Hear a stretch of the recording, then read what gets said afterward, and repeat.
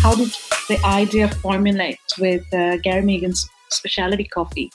Well, the relationship's been quite a long one with Veneziano. Obviously, I had a number of restaurants, and I think in about 2003, I was looking for a change in my coffee supply, principally because we were using what I felt was a very mainstream kind of generic Italian brand, if I say that. So, it was an imported coffee, and I was looking for something local.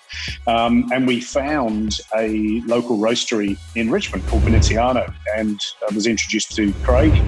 Craig approached me and said, hey, would you fancy doing some sort of collaboration with us in terms of putting in face to a brand, developing some coffee blends? And I just, at the time, being caught up in MasterChef, etc., I just said, look, I'm too busy. I just, I don't have time. And then I think he contacted me again about 6 months ago or so. And I said, you know what? I reckon the timing's perfect. Just gap in the schedule, always loved the coffee, and just thought, you know what? I reckon we could do something really exciting. And so that's where the conversation started, and then hard work after that. For me, coffee is a standalone. I mean, it's, in Melbourne, for example, and, Pete, you can argue against this if you want, but I kind of feel Melbourne was the hotbed of that resurgence establishing the specialty coffee movement around the world. I mean, it's still, when you travel and you go to places like Paris or, Berlin, you'll find little coffee shops, that just look like they've, popped out of some Melbourne laneway. Yes. So I kind of feel, as it's so important in my life and in so many other people's lives, it linchpins, the start of the day, the middle of the day and the end of the day. That it's a kind of standalone. And even though it's synonymous with, our breakfast culture and going out, it's not something I think that we deliberately, outside of being a chef, of course, try and match or pair with food. I mean, for example, when I go for breakfast, I get really annoyed if I order my coffee and I get my breakfast before my coffee. Does that make sense? Because it's that little moment where I sit there and I just want to enjoy, that flavor, to wake up, to smell the aroma, the texture of the espresso. And that's a little standalone kind of experience for me that I really enjoy. It's one of the little pleasures in life. My perspective is very global. I've done a lot of coffee work around the world. Yeah. And we've seen it in countries that have been even like tea drinking countries like China, Russia, have really started to uptick in their coffee drinking.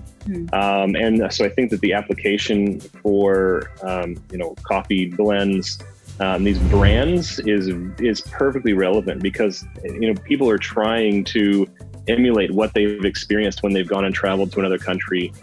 They want to bring it home because they know that people, in their community will love that experience as well.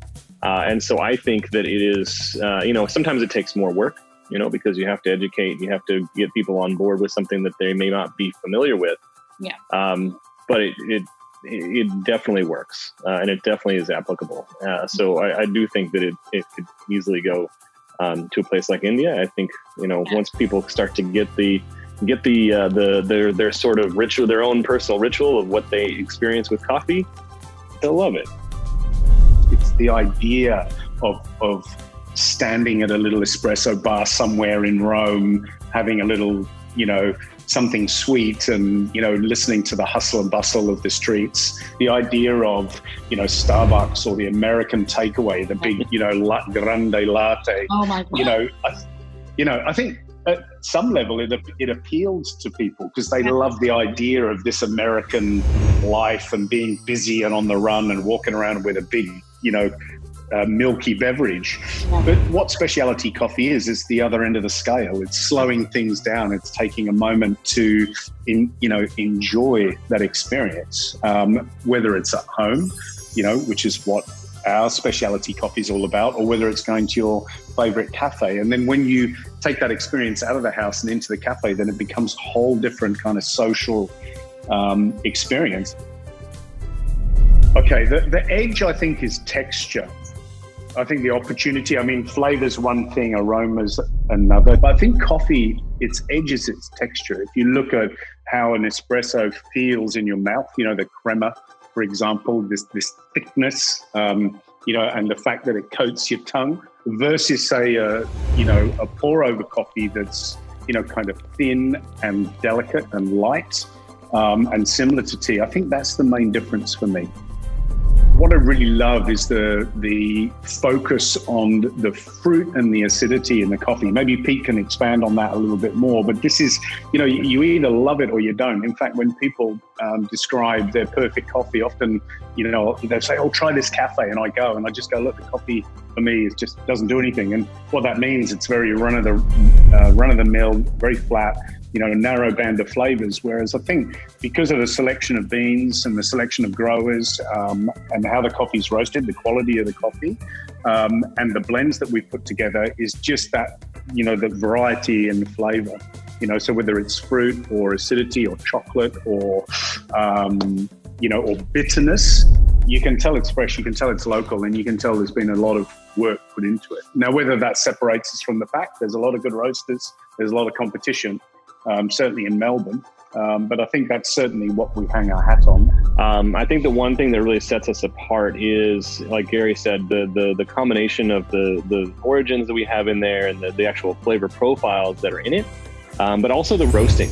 One thing that I see that a lot of companies don't do very well is actually taking a really great coffee and roasting it to a point where you start to break down that chlorogenic acid and it presents itself in different ways, and it really starts to taste very fruit-like.